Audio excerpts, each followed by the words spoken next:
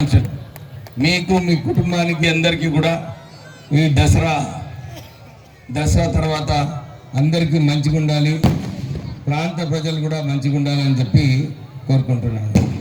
మన గౌరవనీయులు మాజీ మంత్రి వర్లు వినోద్ గారు కూడా ఇప్పుడే వస్తున్నారు. నాకు కూడా 8 గంటలకు రమ్మన్నారు, కానీ మా మందమరిలో నేను అక్కడ చీఫ్ గెస్ట్, అందు గురించి రమేష్ ఒత్తిడితోని సార్ ఎవ్రీ ఇయర్ మీరు వస్తారు, ఇప్పుడు కూడా వచ్చిపోతే బాగుంటుందని చెప్పి వారు కోరడం వల్ల ఇక్కడ రావడం జరిగింది.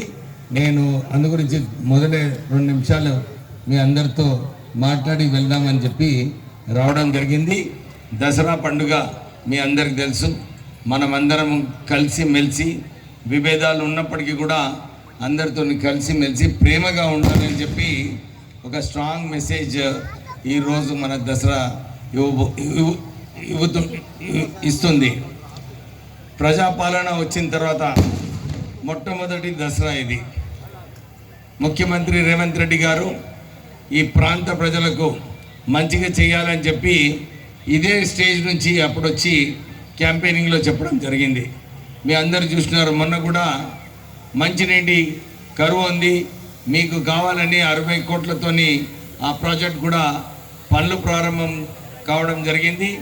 ఇంకా అనేకమైన అభివృద్ధి కార్యక్రమాలు, ఇంటిగ్రేటెడ్ స్కూల్స్ అనుకున్నా కానీ, రోడ్స్ విషయమైనా కానీ మేము కూడా ఎమ్మెల్యేగా ఊహించలేదు ఇన్ని నిధులు రాష్ట్ర ప్రభుత్వము మనకు కేటాయిస్తుంది.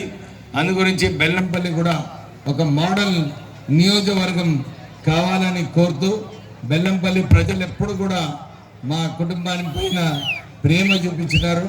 నేను 5 సంవత్సరాలు ఇక్కడ పనిచేసినప్పుడు కూడా అందరు కార్యకర్తలు వాళ్ళందరూ ప్రేమగా అప్పుడు మాకు సపోర్ట్ చేసి అన్ని చోట్ల కూడా వెళ్ళినప్పుడు ఘన స్వాగతం ఇవ్వడం జరిగింది. మీ అందరికీ మళ్ళొకసారి దసరా శుభాకాంక్షలు మీకు మీ కుటుంబానికి చెప్తూ ముగిస్తున్నాను. Thank you.